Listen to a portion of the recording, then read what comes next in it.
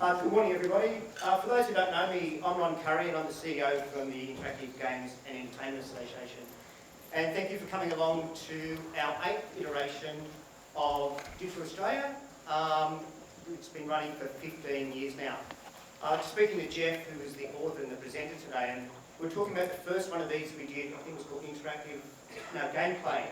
Gameplay Australia, and we struggled to get 20 people to come to our first presentation. So it's quite interesting to be in a theatre that I can't actually see anybody because of the spotlight, but I'm assuming there's people in here and it's pretty full. So thanks for coming along. Jeff will be doing the presentation this morning and he'll be happy to take questions at the end.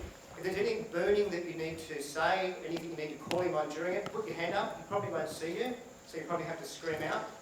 He's happy to take a couple of questions, but if you can, let's save them until the end. Jeff has 2 limitations on his presentation. First off, he likes to walk the full length of the screen while he presents.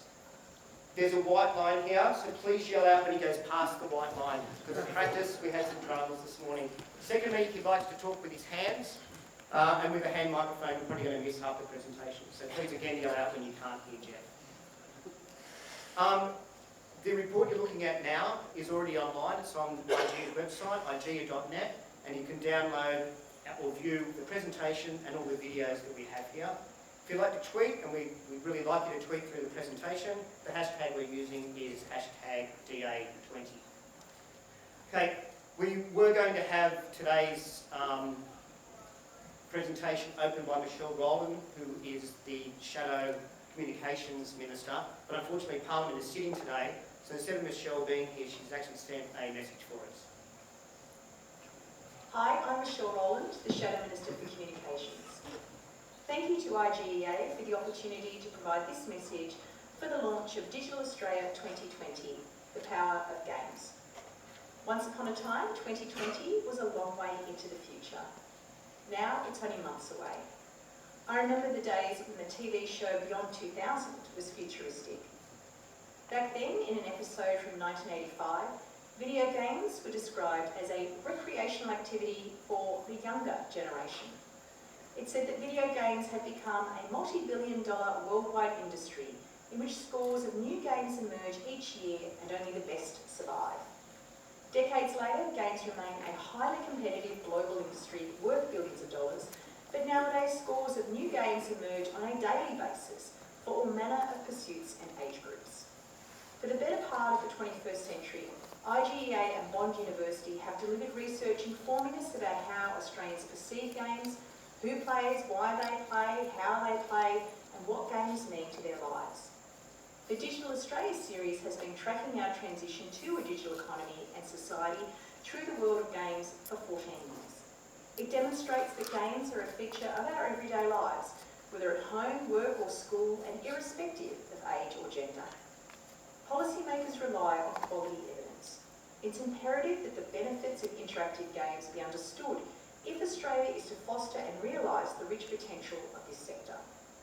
Based on that evidence, government should do more to invest in and grow Australia's interactive games sector. Not only because doing so will contribute to our culture and economy, create jobs and foster the digital skills we need, but because interactive games improve our wellbeing and quality of life. Games do have the power to entertain, transform, create, connect, communicate and educate. As I visited game studios around Australia, I've seen enterprising, broadband-enabled businesses. A collaborative and inclusive ecosystem with the capacity of the creative industries to produce applications for use across the whole economy. As governments from the UK to China recognise the creative industries as a key strategic area for development, we cannot afford to deny Australia's progress as a creative nation. We need to invest in and build the interactive games industry of the future, and solid research evidence is a building block for that vision. So I wish you a successful launch and look forward to absorbing the findings in Digital Australia 2020. Power to you as you show us the power of games. Thank you.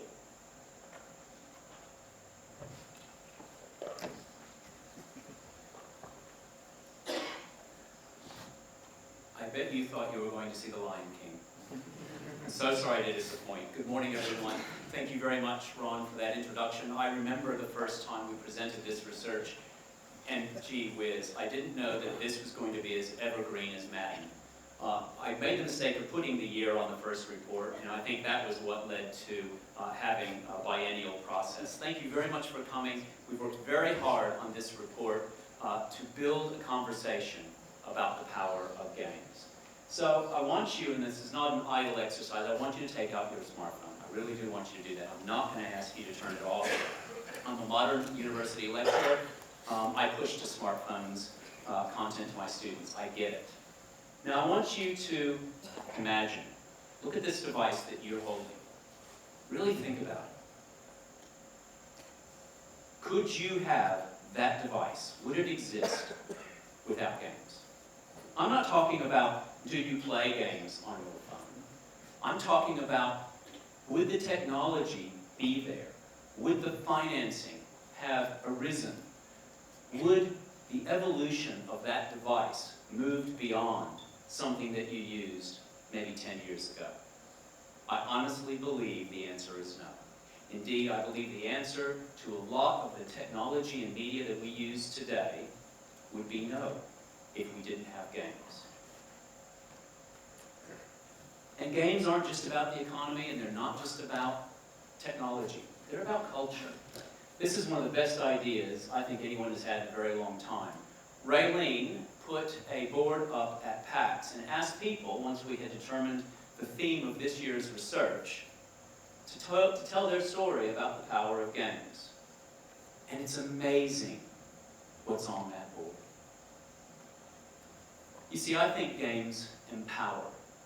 And that word actually comes up in some of the video that you just saw that Joel produced, or shot that Raylene produced. Unbelievable footage that's available through IGEA's website and through their YouTube channel. I want you to read this and just ponder for a second. Can you read it at the back?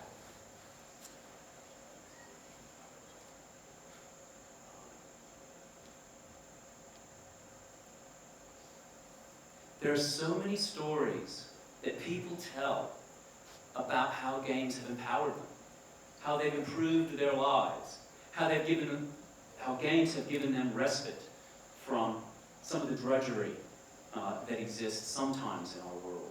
And the fact that somebody bursts into tears because they find a special controller that can be adapted to make games accessible to somebody who has an injured limb is really quite remarkable.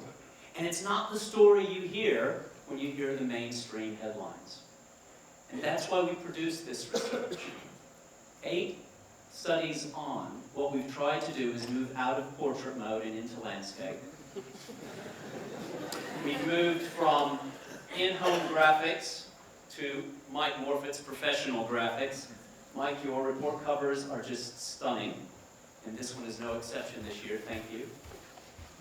But we've also built conversations, and I remember trying to convince attorneys general and other policymakers that games were played by adults and that we needed data. So we approached IGEA after doing work for the classification board and the then Office of Film and Literature Classification and said, we need data. And so now we have data. And not only do we have data, but we've got stories.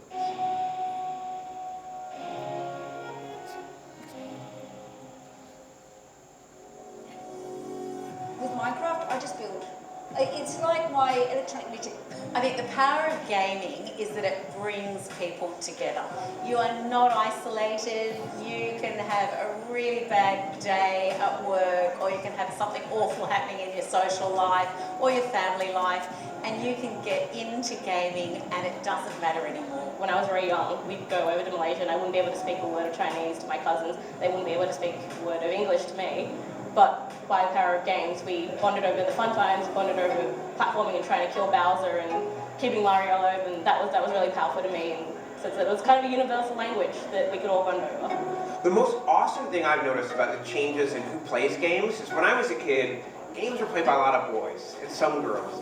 Today, everybody plays games, whether it's on their phone, on their PC, on their game console. Really, gaming is for everybody, and everybody plays. I think the reason that we utilise games outside of just entertainment is because of the way that you can engage with it. It's not just watching something, it's not just reading something, it's engaging with it. When you're reading a book, you could be thinking about the image in your head, but you're not thinking about what do I do, what are the consequences of these actions, because it's a linear aspect, it's being told to you. Same with film. Film is telling you what's going on, and you're just along for the ride. But games allow you to change that ride, allow you to take a left or a right and see what happens. Games have the power to challenge students in ways that they probably haven't thought of happening in the school before. Games have the power to help students to collaborate and connect and design and build and problem solve and just develop a bit of a grit and tenacity about approaching problems. In a game, you get something wrong, you learn from that mistake and you go at it again.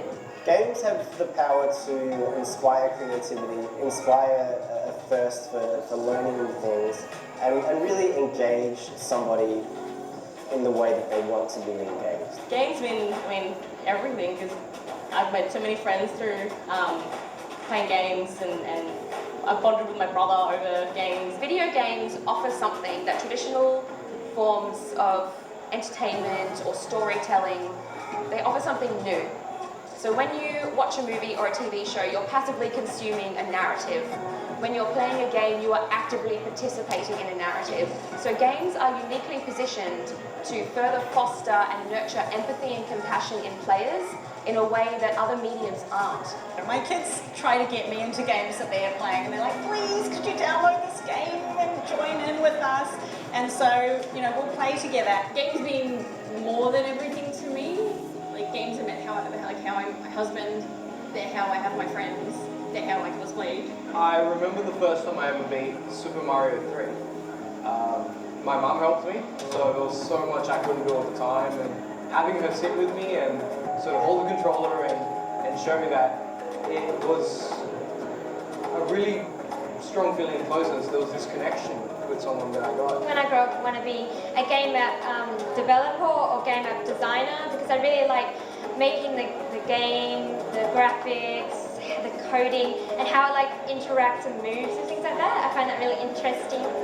I've learned so much from playing games. I just think there's so many crucial life lessons to be learned from games in terms of teamwork, working with other people, learning how to understand other people, have empathy. I think you can learn any life lesson from a game. You can learn any life lesson from a game. It's not the conversation we were having so many years ago. Well, that's enough about stories. Let's talk stats, the stuff I really love. Let's get into this report, which tells us about the power of games. And we've themed the report around a variety of different ways in which games provide us with power or empower us. So in the report, you'll discover straight away that there are a number of features that we haven't had before. For example, we actually have pulled out details from particular individuals from around Australia, and we've profiled them. They're not fake, they are actual people who have provided us with these stories in these days, and I'm looking forward to presenting those. Also in the report, as we have in the past, there are hot links that will take you out to IGEA's YouTube channel where you can watch these videos on the power of games. In the foreword, we've tried to frame this study just the way I framed the start of our conversation, and that is, if you could imagine a world without games, I wouldn't want to see it.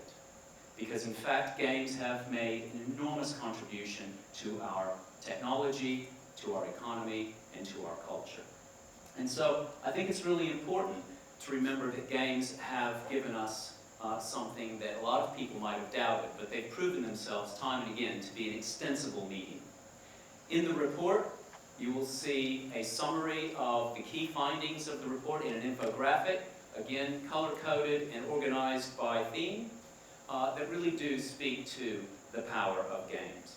You'll also see key findings set out in sections, and you'll notice that we've introduced the power of games, the power of play, the power of connection, the power of community, the power of creativity, the power of living well, the power of education, and the power of economics.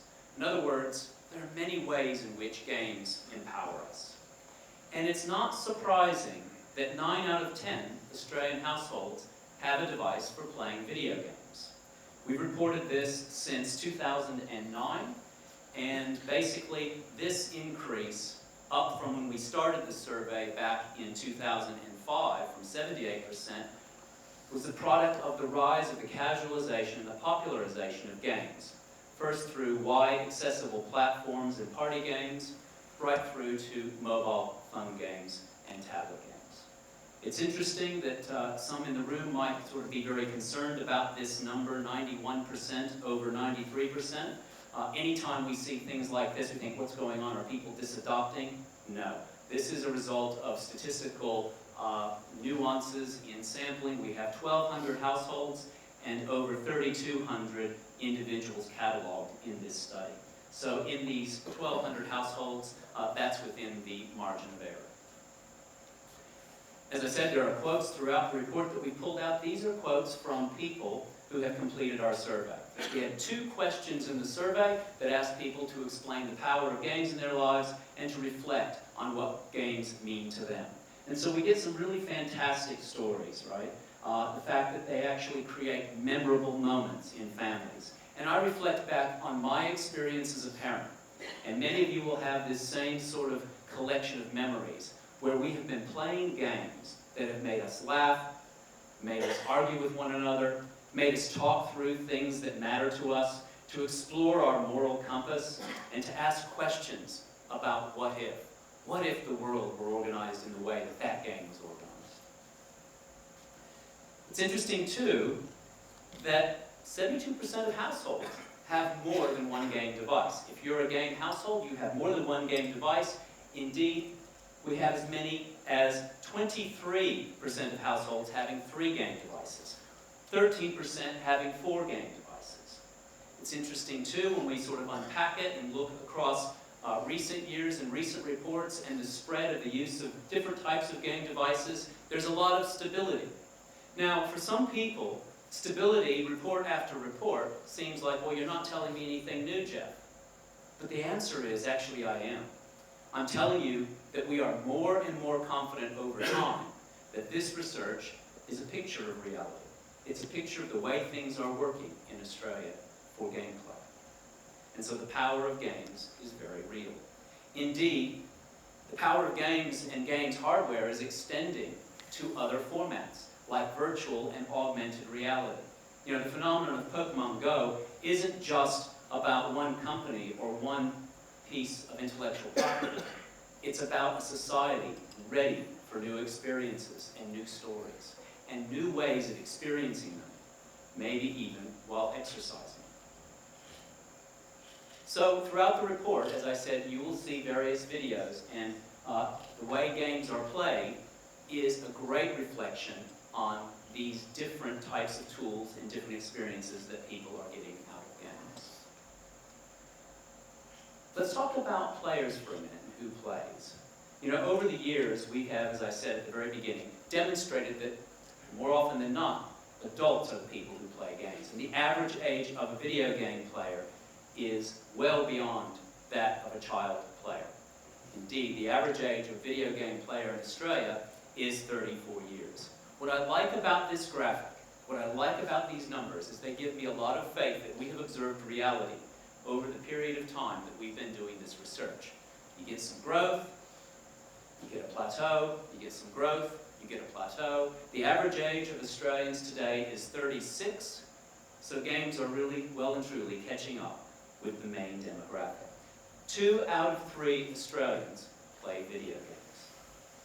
Interestingly, too, 47% of all video game players, so take the entire population of people who play video games in Australia, that 2/3, look at the gender. We gave multiple options for gender, but most people just, in fact, all people in our survey just chose the binary. 47% are female.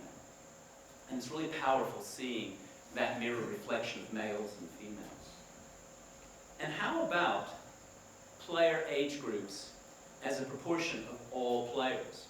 Well, kids aren't the only people who play games. In fact, they're the second smallest group. They're the middle group. They make up just 22% of the gameplay population. 68% are people, I'm just going to do it because I can for the moment, like you and me.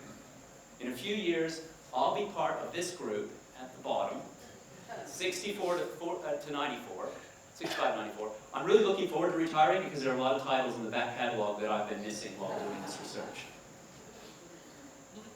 But it's interesting, and it's not outside statistical reliability or our margin of error. But in DA16, the proportion of people over the age of 65 playing video games was 8%.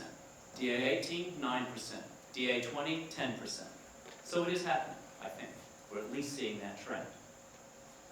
When we break it down into the Australian Bureau of Statistics breakdown of ages into groupings, we see some really interesting things. I made a joke last time, I'm going to make it again. The little kids are letting us down. Only 25% of children between the ages of 1 and 4 play video games. Now, part of that probably is just that first age, that first group, that one-year-old group. But as soon as mom and dad discover they can hand over a controller as a pacifier or a dummy, it's on. And I think what's really interesting is that this is part of our digital economy and our digital transformation as a society. A lot of people bemoan it, but I'm going to celebrate it and say that the students I have today in my classroom, and I can look you in the eye, well, if I didn't have the spotlight on, and I would say that my students today are more inquisitive, more resilient, more capable of solving problems than they were 20 years ago. And I believe, again, that has something to do with the digital transformation we're undergoing as a society. What's happening with this age group, the 55 to 64-year-olds? Well, quite frankly, I think they're compressed. This is the age group we're hearing a lot about in the media that have parents who need care and adult children who need care. And they just don't have as much time as they used to. And of course, unemployment is very low. Everybody's got a job at the moment if they want a job in that age group. I guess I should just point out too, that I'll just back up because it's really worth doing. That over 85 group, it's a small group of people, but 24% of them, the oldest person in this sample again, 94 years of age, 24% of them are playing video games. Where do video games sit in the home entertainment ecology? Well, they're about in the middle. It's a little bit different, the ecology in households without children compared to households with children. But it is interesting to see that games just sit right in the middle. More so for households with children than households without children. It's also interesting how streaming has really caught on. And that's a really big part of the story we need to talk about today. Now, I'm not going to go into the personas or the profiles, but I will just point out some of the features. So here's John, the stress relief player. We have data. These are taken from our survey for this one individual. And we also have a quote from those people. We pulled out people who gave us some information and gave us their thoughts, and we've categorized them in relation to the categories of the report. So let's talk about the power of play. That's the power of games. How about the power of play? Let's start with casual games. There's a real strong pattern here that most people who play casual games play for roughly sort of 5 to 10 minutes, and they play twice a day. Roughly. Maybe some people are playing 3 times a day, but there's the sweet spot. And you know yourself that if you play casual games, particularly on a smartphone, that's probably what you're doing. How about in-depth play? How about playing for longer sessions? Well, we've demonstrated that people are playing every day. Many years ago when we started this study, the dominant bar next to these time periods was every other day. It's every day now, so it's a regular activity. And most people are playing for an hour, maybe 2 hours, maybe a half an hour in long sessions. What they're not doing a lot of, relatively speaking, is playing for 4 or more hours. So we don't have quite the data to back up the hype that games are a gateway to addiction. Indeed, we know better. We know that addiction is a clinical condition, and we know that it's actually quite rare. It doesn't reflect the dominant population. So The average female plays for 71 minutes a day, the average male for 89 minutes a day. This is down from by about 10 minutes from the previous study from 2018. Why is it down? Probably streaming. A lot of people like watching gameplay as well. And of course, again, that addresses, I think, that concern that we're on a one-way ticket to hell because of games.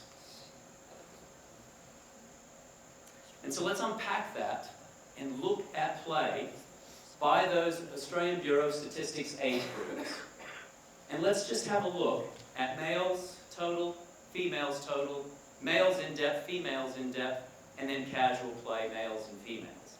This beautiful chart shows us that the typical young male plays for about 130 minutes a day.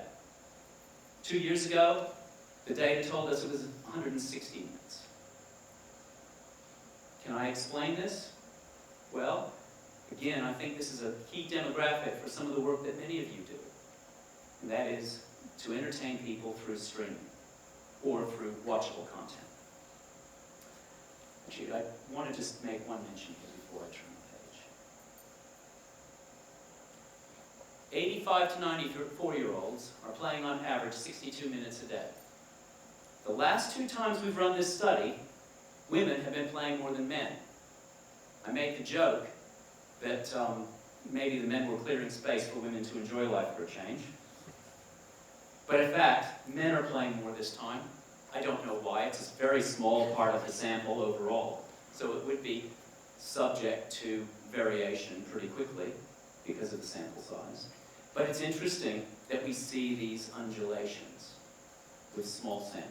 In the larger sample, quite a bit of consistency overall. Why do people play video games anyway? Well, we know the main reason is to have fun, and we've demonstrated that year on year on year. This is an area of research called uses and gratifications, why people use media and what they get out of those media, how they're gratified. What we've done this year is we've added 10 additional gratifications, more finely grained, to see if we could observe anything new. We didn't observe too much new, but this matches up with some of the academic literature in this space. And because we did this, we balanced out previous years that we reported. We've simply normed those years on the 2019 figures, so we could make a quick comparison on this chart. So these are not the raw numbers for 2015 and 2017, and for 2019, this is out of 100, even though we allow people to nominate multiple reasons to play. But as you look at that, just imagine what different types of people get out of games. Instead of imagining it, maybe you could just go to IGEA's YouTube channel or download the report and click on this video to learn from their words why people play games. But we've taken the top 5 reasons and unpacked them for simplicity by age group. These are the raw percentages. And what we see is that people between the ages of 18 to 34 years and 35 to 64 years play mainly to have fun. They also play to de-stress. That makes sense. Life gets hectic in those years. But look at the people over the age of 65, something we've demonstrated year on year. I made the mistake last time of putting this last age category at 50 and over. And it turns out it was actually a good mistake to make. Because when I did that, to keep the mind active wasn't the #1 reason, it was the #2 reason for people over the age of 50. But by the time people get to 65, and we see we've got pull-out quotes in the report on this, when they get to 65, they're not working, and they need to do something to stimulate themselves. Think about it. The very thing that 25 years ago we said might pollute the minds of youth are now stimulating the minds of the aged. It's fantastic. But people who play video games don't just play video games, do they? They have lives. And those lives consist of other media activities outside of games. For example, watching television remains evergreen. It's the #1 activity in the home for media. And there are many new options for watching television as well. it's remarkable that people who play video games read books. Who knew? I knew. I'm a parent of 3 boys. They read books, they play video games, they enjoy media of all types. And yes, we need more broadband at home. But we don't just engage in media if we play games. We dine out. The great Australian pastime. We go shopping. We enjoy gardening. And no, it's not a simulator. And we even enjoy exercise. And we can do that through games. And so again, there's a video in the report on IGEA's YouTube channel that speaks to why people play games. Really backs up some of the data. Now I mentioned broadband. It's kind of a sticky subject really for most people. And I was really surprised by these data this year. We've seen a spike compared to last time in the proportion of Australians who say, first of all, my home data limits are causing me not to download games because I don't want to go over my limit. Of course, there's a lot more streaming media content, and there's a lot more digital downloads of games, as we'll see. But they also are concerned about their mobile data limits. And what's fascinating to me out of this graph, and I had to take a little bit of time to think about it, is that compared to 2017, people are not using their data limits or speed limits to argue that they need to upgrade. So here's my take. I can't get the broadband I need because I'm afraid that I'll go over it. So I'm not downloading stuff. But I'm not looking at new plans because I'm stuck. We're in Australia. We have a broadband problem. And it's not a problem for just getting games. It's a problem for doing business. One of my closest friends has 107 seats, development company on the Gold Coast. You won't hear about them. They're in online security, cyber security. And it's cheaper for them to locate a few of their staff in Seattle than it is to operate out of the Gold Coast. And one of the big expense differences is broadband. And when Peter told me this, I thought, that just sounds crazy. But he has a data traffic problem with his particular business. And it's huge enough to save him money in Seattle. So maybe we've given up. Again, be a power player. I won't go into these, but please do read these profiles, these personas. They're real people with real stories. Let's talk about how people play and about connection and the power of connection. The common playing experience for adults, and this is just asking adults in the study, is that we play with our children. We play with our children in the same room. We play with our children online. We play with our partners. We play with strangers, not very often in the same room, so we left that out. Although when you think about it, PAX is the same room, Comic-Con is the same room, Supernova is the same room, and yes, there is the occasional arcade still kicking about. And of course, LANs still happen, and school events still happen, but there we are. Now remember, these are adults, and so playing with a parent in the same room is a survey respondent who is an adult who plays with their parent. That's cool, right? Because it's often the time when our lives get too busy and we don't talk to one another. So I think that's really cool. So, the common playing experience is social. It's connection. 1/3 of adults say they play video games with their partner in the same room. Fantastic. I'm not going to say that that saves marriages in Australia, but I think it goes a long way to opening up a conversation. And only 17% of people who play video games always play alone, not with other people. Fascinating. Why do parents play games with their children, since that's the dominant social play amongst adults in our study? Well, it's fun for the whole family. We actually restricted their responses on this. We said, look, just give us a couple. What are the couple main reasons why you play with your children? And so this is what we get. 43% say it's fun for the whole family. 41% say my children ask me to. And we saw that in the video that Raylene produced. And how do parents use games with their children? Where they actually use them more for connecting with the kids and guiding them than heading them off at the pass and controlling them. Indeed, they like talking about games, they like talking about online safety. Fewer in the middle of the pack use games as a punishment tool. And so if you want to learn more about this, again, this is revealed and the stories are rich in the videos that Raylene has produced. Let's talk about rules that parents do have for games. Well, not surprisingly, the number one rule is how much time will you spend playing video games? Number two is when will you play? Do you play after school, on the weekends, only in the school holidays? I've talked to so many parents over the years, there are that many different rules for how games are played. But usually, in Australia, we have a work first, play later attitude. And that's conveyed by parents at home. It's interesting, too, that even a reasonable number, right, actually use streaming to engage with their children. And this raises the question, when parents are concerned about games, what are they concerned about? Well, a couple of years ago we decided to sort of unpack this a bit more and create a whole range of categories beyond what the classification board in Australia uses, just to inform how we understand things that concern parents. And we learned that everything concerns parents. So what we've done is we've asked about things that concern you in movies, things that concern you in games, and things that concern you in social media.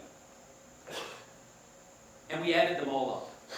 And so what we find is that advertising this year, which has been a bit in the media actually, advertising and privacy, is at the top of the list. And when we add up all of the numbers, so basically we have 376 people who said advertising inside movies is of concern. And we add that to the concerns about themes in movies, and we add all of those up, we get this total at the top. And what that tells us is within media columns, we can get a summary of how much concern parents have about different media. And here's the story. Movies are bad. Social media is definitely baddest. But the least bad now is video games. Because the moral panic is over. Remember, it was books, and then it was comics, and it was rock and roll, and then it was television, and so on. Now it's social media.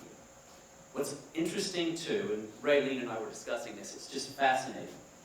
Animal cruelty, right, was at the top of the list a few years ago. Live exports, a number of misled youth were harming cats and dogs, and it was in the news. What concerns parents is often in yesterday's news. And so when we're thinking about the community standard and we're thinking about what worries us, it's often what the news tells us we should be worried about. And so lately in the news, we've had things like loot boxes and in-game purchasing and user-generated content. And so we thought we'd add these to understand them a bit better. Not quite as profound when we sort of unpack them in the way that we did here. But they're on parents' radar. And how about the influence of classification? This is a common one that we ask each time we do the study because we can track it.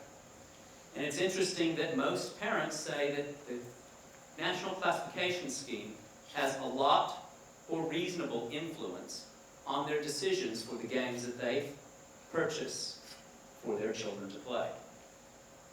We also know that parents are pretty comfortable with the National Classification Scheme, or at least by now, after many years of some consistency, they're familiar with it. And this is important in just a minute. It's interesting too that it seems like every time we do the study, M and MA 15+ are the most confusing of the categories when there is confusion around video games and the classification system. And not all parents think the classification is necessary. In fact, at some stage, our sons and daughters become their own masters. And when they do, we can send them on their own and we can ignore the classification scheme, at least in relation to them.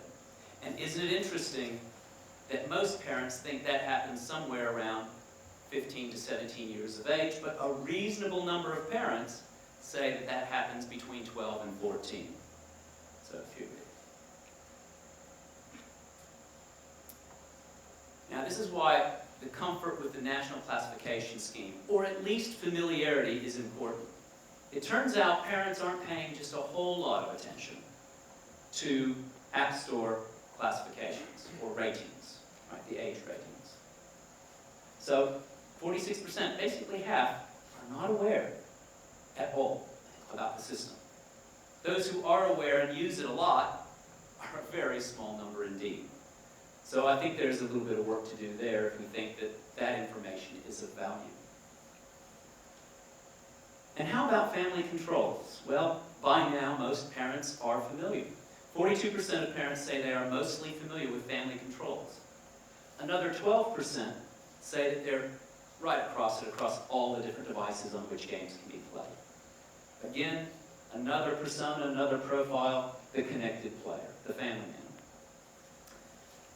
Let's talk a little bit about engagement and community.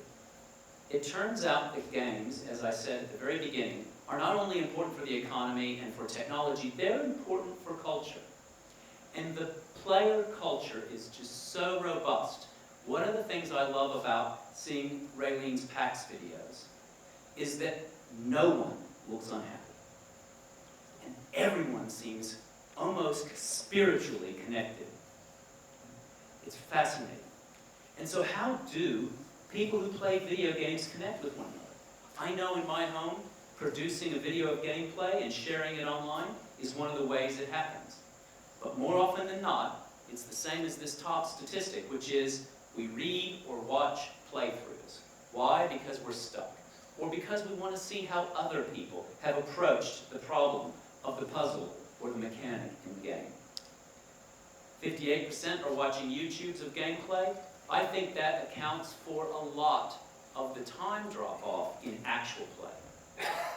I can save 10 minutes on average each time I play, just by going through some walkthroughs or watching gameplay online.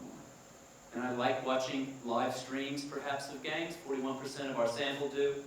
41% watch esports, so it seems like live streams and esports are tightly coupled. Wow, holding a microphone for that long is really painful.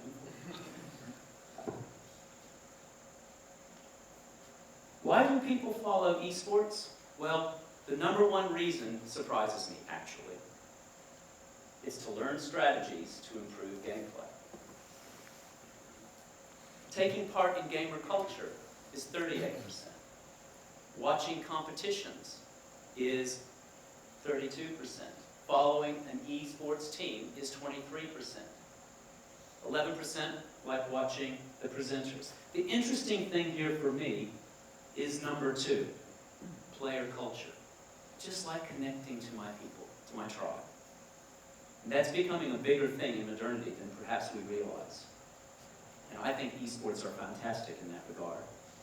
Reasons for competing in esports? Now this one really blows my mind. The number one reason is for the social. I like them for their social affordances. I would have thought that the number one reason would have been the one that's the smallest reason. Because I'm so competitive I can't help myself. Because I want to compete. No, it turns out I want to be part of the player community and I like the social aspects of esports. Wow, I remember when games made us antisocial. And here we are. We now have community players, like Matt here. Let's talk about creativity very briefly, because I know in my household, creating mods is important, especially with accessible titles like Minecraft, where it's done as part of a group experience. Cosplaying is very popular. My son buys very thick leather and makes armor out of it and spray paints it. It's quite interesting. Posting gameplay videos also happens in my house. These are things that we're all doing. And when we collected these data or similar questions a couple of years ago, we were surprised by these numbers. I'm not surprised anymore. One of the things about doing this study every 2 years is that we see reality. When we see that sort of consistency in some of these numbers and just small increases, We know we're measuring the real thing. Let's just talk about living well and the power of games to help us do that. Just across a variety of different attitude questions, asked of all adults, players and non-players, what is the potential of games to help us live well? Providing general knowledge is number 1. Digital knowledge is number 2. Improving mental health is number 3. And we know now, for example, with Checkpoint, that there are real opportunities to engage with games to improve mental health. To develop specialist knowledge, and we'll come back to work skills and other in a minute. Let's do a bit more of a deep dive here. How about health? Just focusing only on health. To improve our thinking skills, 85% of players and non-players say that they think video games can improve our thinking skills. Dexterity is number 2. Arthritis is very painful. And most personal trainers will tell you that if you exercise, whatever joint is hurting, you will ameliorate arthritis. Now, 58% of our adults in the study, the smallest category, say that games can help manage pain. But I think this dexterity response is interesting because we know that moving is important for us as a species. How about aging well? We've expanded the categories a bit here. Increasing mental stimulation is number 1. Again, the number 1 reason older adults play video games is to help them think. To fight dementia is number 2. There is a therapeutic trial happening right now. It's actually in stage 3, so it's just about to be approved, by a set of researchers who came out of Stanford originally, for therapeutic use of video games to help stave off dementia. Maybe more powerful than drugs in keeping the mind connecting the tissues in the brain. And so older players are a reality now in games. And how about games to educate? Well, we've broken this down a little bit further this year. We've expanded some of the categories and the topics, and we asked all adult players, what's the possibility for games in education? Well, 61% say that we think games can be useful for motivating students. 60% say they can help inspire students to be creative, help them overcome learning disabilities. And at 56%, I actually find that a little bit surprising. There's been a lot of research that's emerged over the past couple of years on the power of maths games to educate students who struggle with maths. You may have seen the headline in The Economist about a year ago. In the United States, it would be like this in Australia as well, to get a private tutor to help a student in high school or secondary ed get through Maths A, Maths B, Maths C, costs $4,000 a year. It's highly effective, better than using most books and apps and worksheets. In India, a game going to many, many students in India has the same efficacy as a personal tutor in the United States, and it costs $15. I believe the economic activity and economic opportunity that we will see in games related to education hasn't even been contemplated. And indeed, in the university sector, not only are we opening an Esports hub at the university at our open day this weekend, we're also talking about using electronic tools and games for parts of our curriculum. It's quite amazing. So, student support is one of the ways in which games can be used for education, but also to support schools. Schools that use games to help educate may be more relevant, and they may actually empower teachers. And in Raylene's videos, you'll see teachers talking about using games in the classroom and how powerful it is for them as educators to scaffold learning using games as a tool. And we're not talking just about edu-games, right? We're talking about entertainment games. And finally, of course, how about learning areas? We know there's a connection between making games and STEM. But it turns out that adults, right, all adult players, actually think that teaching students in general is the #1 way in which games can actually help in learning. Helping with STEM is #2, and I find that surprising. Even for people like me who like social sciences and the humanities, there's hope from games. And of course, helping students to read is the last response there, and the one I find absolutely the most confusing, because many of you have probably heard me say this before. My middle son was playing Pokemon on the old clamshell Game Boy Advance. He said, "Dad, what does this say?" And I said, "You're going to have to learn to read." Now, I'm not going to say that the game taught him to read, but I think it was a motivator, and he's an avid reader. And we hear stories, it's not just my stories, stories like this in the videos. Please make sure you check them out. And so the power of education, well, asking parents about their children. Are games used at school? Those seats look way too comfortable, guys, by the way. They're all sort of naughty. Are they used at school? Yes. Over half of parents say games are used at my son or daughter's school. Games can even be used in after-school activities for a variety of purposes. And even a reasonable number, 26% say that games are used, right, in training people to build games. So they're actually motivated. My kids are building or developing video games in school. Increasingly, we're using games at work, usually for things like training, policy training, workplace health and safety, even if it is a time-based quiz that has badging. Okay, let's call it that nasty word, gamification. But it is only the very beginning of where we are going, particularly because 36% of our adult players in our sample say that they have played a video game at work. I could add this statistic for non-players. According to them, I don't play video games, would be the answer on our survey. And I bet we would actually increase the proportion of adults who play, but I'm keeping it conservative. And so here's an inspired player. Have a read of this when you get a chance. Again, the report is available from IGEA's website, igea.net. So the power of economics. Here we go. We're in the home stretch, and I want to talk to you here about just how important it is that our policymakers understand that the ecosystem for games in Australia is essential. It's not essential just for games. It's essential for the broader digital economy. So we asked adults, have you made in-game purchases? 65% said yes, for myself. 40% for others, for example, family members. Why have they made in-game purchases? Well, most to continue playing the game, to get additional gameplay out of a trial, to unlock new content, of course, to support a game, because they actually like the game. They're proud of the work that went into the game, and they're pleased that they've discovered it and want to play it. So they want to support it. To personalize gameplay, of course. I mean, everybody likes pink.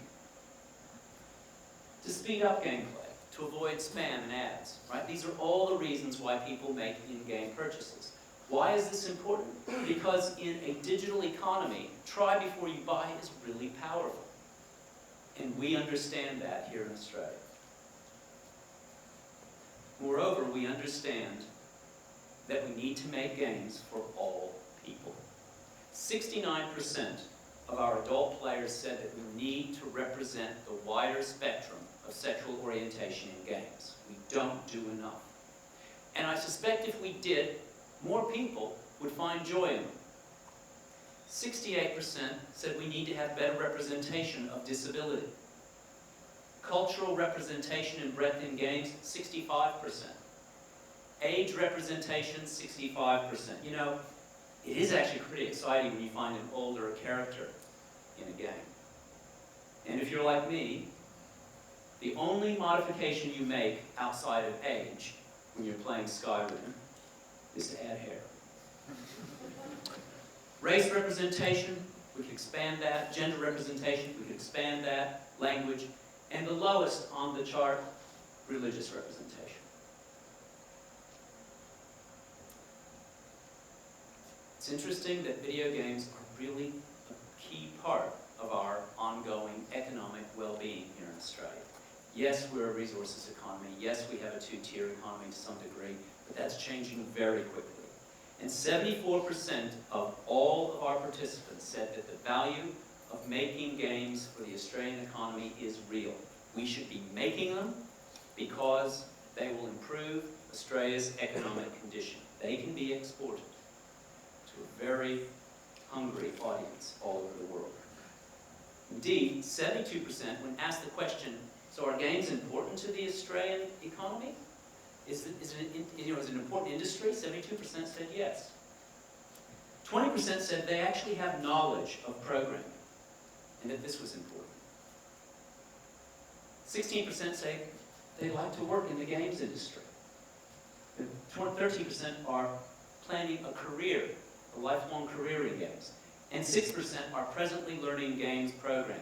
And there's the disconnect, isn't it? More and more of our education needs to be geared to the digital economy, and that means coding. So, in summary, on that set of statistics, 34% say games development is good for the economy. And now for the hard, cold figures of sales in Australia. Look at these numbers. Back in 2013, the total value of the retail industry in Australia for video games was $2 billion. Today, well, as of 2018, it's $4 billion. And look at what's happened with digital. People want to download games. But sometimes they don't because their broadband limits that opportunity. I think we need to get the message out, folks, that the digital economy is here, and if it weren't for games, we probably wouldn't be able to play in it. So in this report, we've included a lot of call-out quotes from our participants.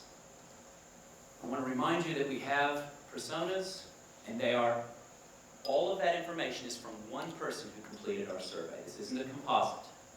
These are actual people, including their quotes. So I encourage you to download the report. Help yourself to this enormous slide deck. This PowerPoint slide deck is 750 megabytes.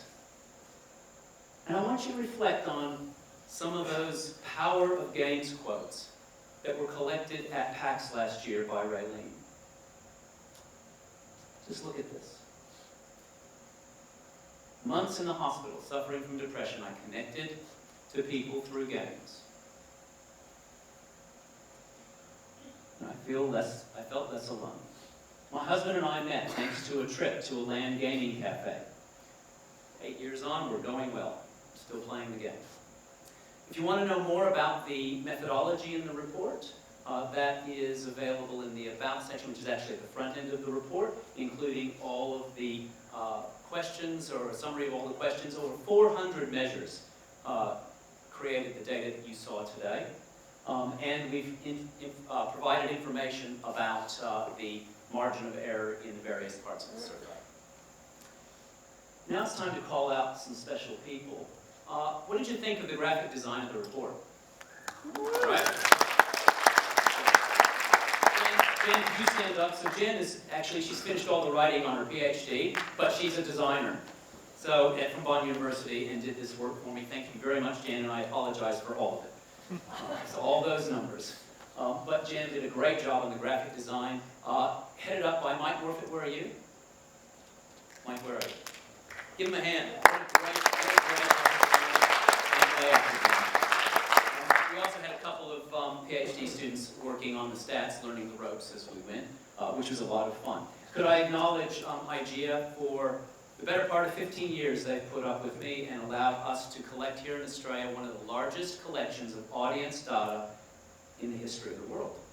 Not many countries have the consistency and the quality of data around games, and I would argue that even if you go, and I don't want to slag anybody, but even if you go to very large economies where these reports are done, they don't have this much detail. So thank you very much to IGEA for allowing us to have this journey and for providing us with access to information that, quite frankly, we wouldn't have through any other funding mechanism. So,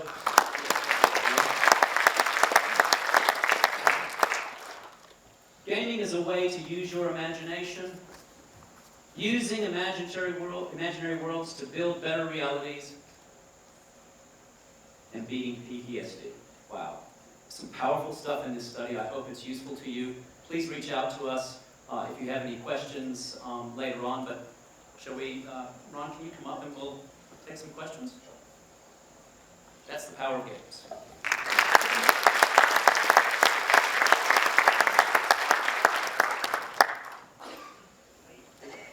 Oh, no, I want you to answer.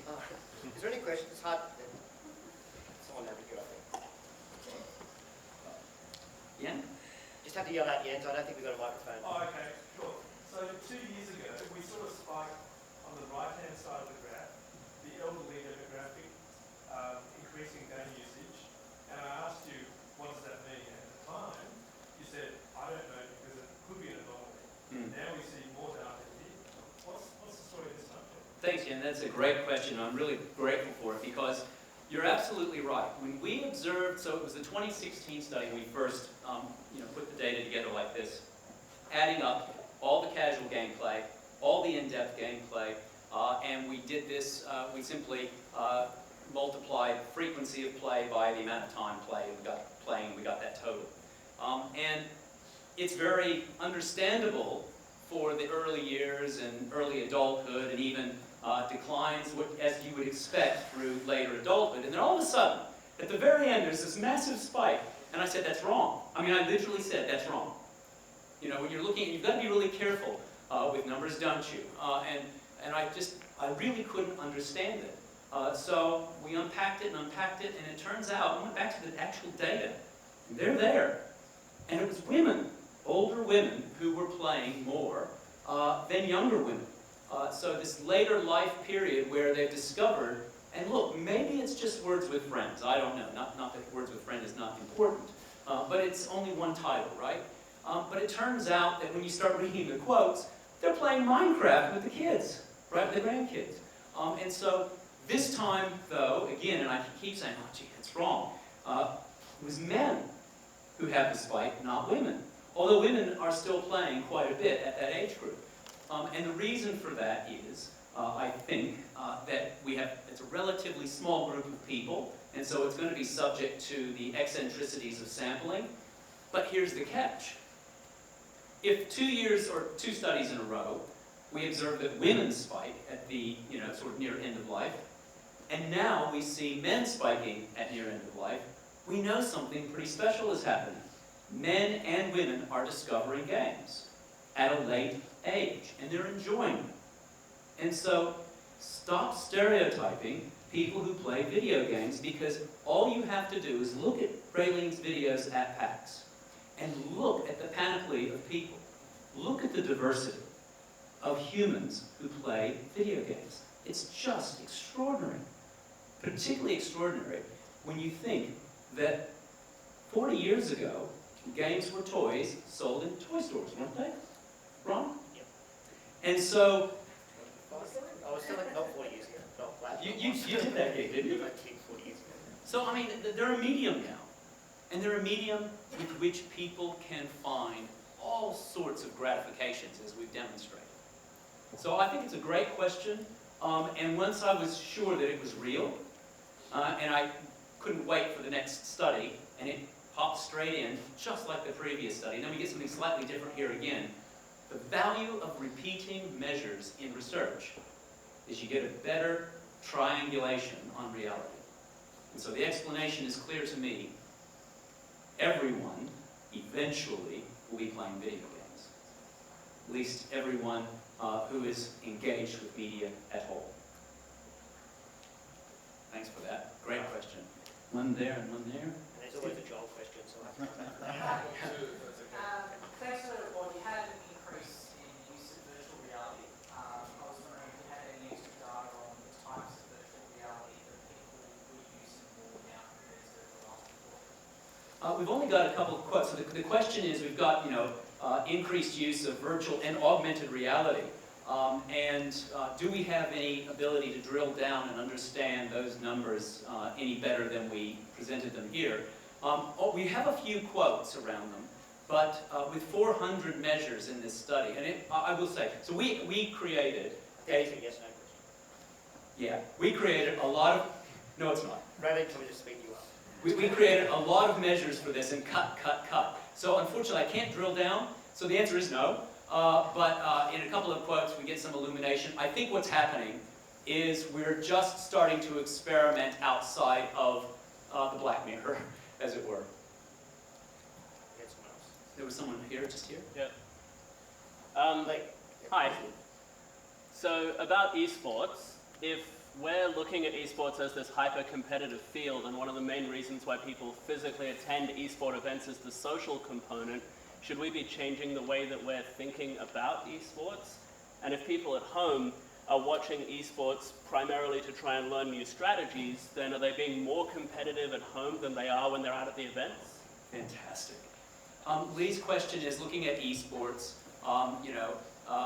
if the reason for attending esports events is to be social, and that we're watching them at home to build up our strategy, what's going on and how should businesses that are engaged in esports actually think about their business strategy? Is that a fair summary? Yeah. And so I think the answer to the question is, obviously being better able to play games sort of off to the side at home may be a comfort zone that people simply are very happy with. I mean, there are plenty of amateur football players in Australia and amateur cricket players, but a lot of people probably would feel pretty uncomfortable going to compete in the SCG. So I think probably it's that they don't want necessarily to compete on a circuit, but they do really enjoy spectating. So those numbers to me make a whole lot of sense. And so I think you're right. I think there's information in this report that really should be used to guide strategy. I certainly believe in these numbers, believe in them more this time than I did last time, simply because, again, we've seen, we've observed this repeatedly. But I think that the spectatorship side and the social connectivity for esports is huge.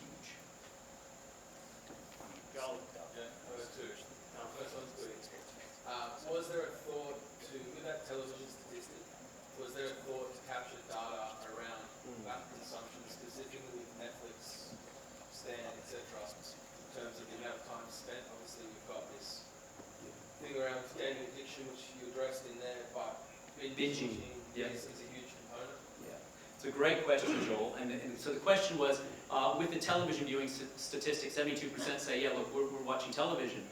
It's the number one other media activity. How much can we drill down? We can't drill down, sadly. We did ask some questions around streaming, of course, and we've got those data, so you can sort of triangulate that a bit. It might be sort of, tilting at windmills ultimately by doing that. But I think the point that you're making is more critical than those numbers. A lot of people are watching television. A lot of people are binging. I don't see a lot in media about being addicted, right, to television. And yet we know that back in the 1970s, there was a whole raft of research around television addiction. One dentist in Florida was interested in television malocclusion, where watching television like this pushes your mandible out. We don't see that today, do we? So there's a lot of that sort of stuff. I think the answer to your question is most media for most people are mostly normal. So second question, if you got 30 seconds in an elevator to tell somebody about something in that report, what's the thing you point out? We shouldn't, so the question is, if I had 30 seconds in an elevator to tell somebody about this report, what's the one thing I would pull out? It might surprise you that very old people play video games. And that when people play, they don't play to be alone, they play to be together. Women play just about as much as men. Thank you very much.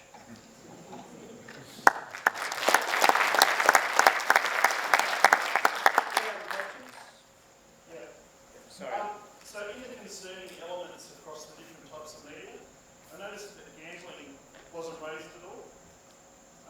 Was that not a statistically relevant response, or is it wrapped up in another area? So the gambling, so we've rotated them. Again, we had it last time.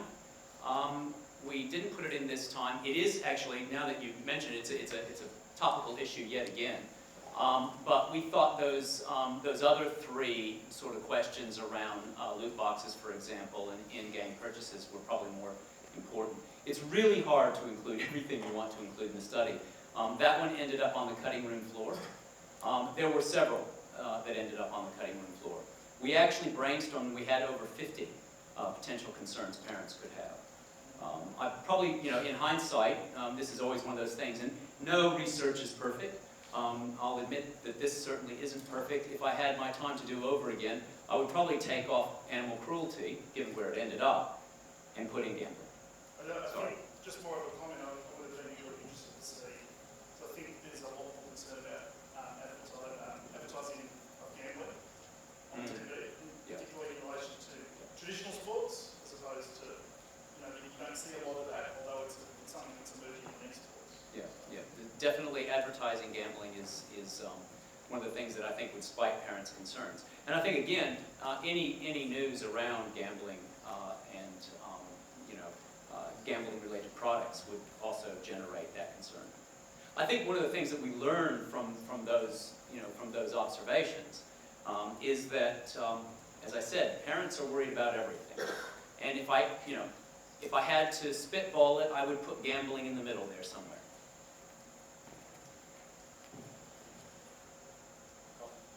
Hi there. Great report, thank you. Thank you. I just wanted to ask, given the rise of games in non-entertainment situations, so in schools and other education environments and in the workplace, do you have plans maybe next time to dive deeper into that space at all? So going into, for example, serious games and games for working and education? Yeah, look, I think we keep increasing that part of the report. And I don't know if you remember 2 years ago, it was really interesting to us. We saw a big shift, so this is just the last report, we saw a big shift it was a drop in the sort of entertainment play uses for games and an increase in some of the perhaps more serious uses for games.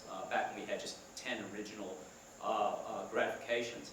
And that sensitized us to the need to add additional categories and sort of unpack that a bit.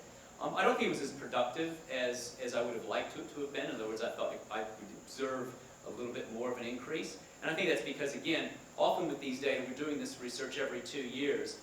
You get sort of an increase and a plateau and an increase and a plateau. Seems to be the pattern. So I think we're probably sort of 6 years away from really getting some fantastic and really interesting use cases that would be extrapolated through the data. But I'm looking forward to that because I guess to go back to Joel's, and you should never get a second chance, right? But go back to Joel's question, I would add games aren't just fun. They can keep your mind active, whether you're young or old, as a matter of fact. Thanks for that. Sure, it is hard to see. Okay. You'd be surprised it really didn't want to be in the spotlight. Someone have their hand up there? I think we're good. Thanks very much. Okay, thanks, Jeff.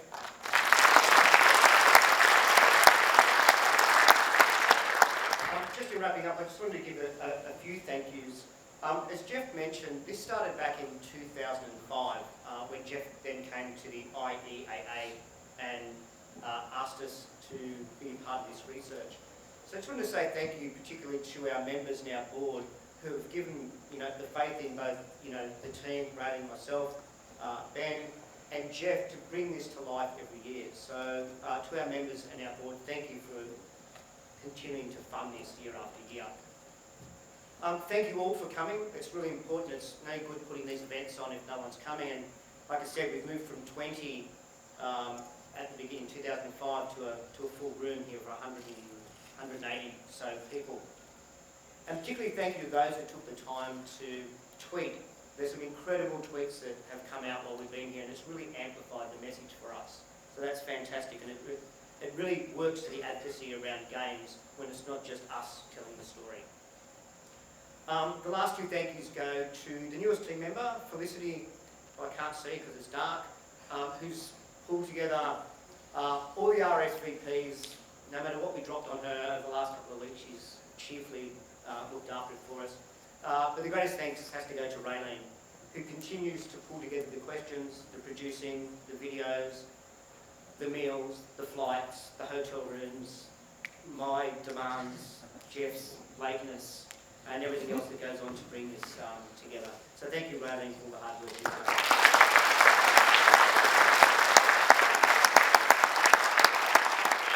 We look forward to continuing the conversation. So Raylene's here, Ben, myself, Felicity's here, and Jeff. So if you'd like to continue the conversation, you've got right up till about our flight at 3 o'clock to talk to us. So thanks for coming along.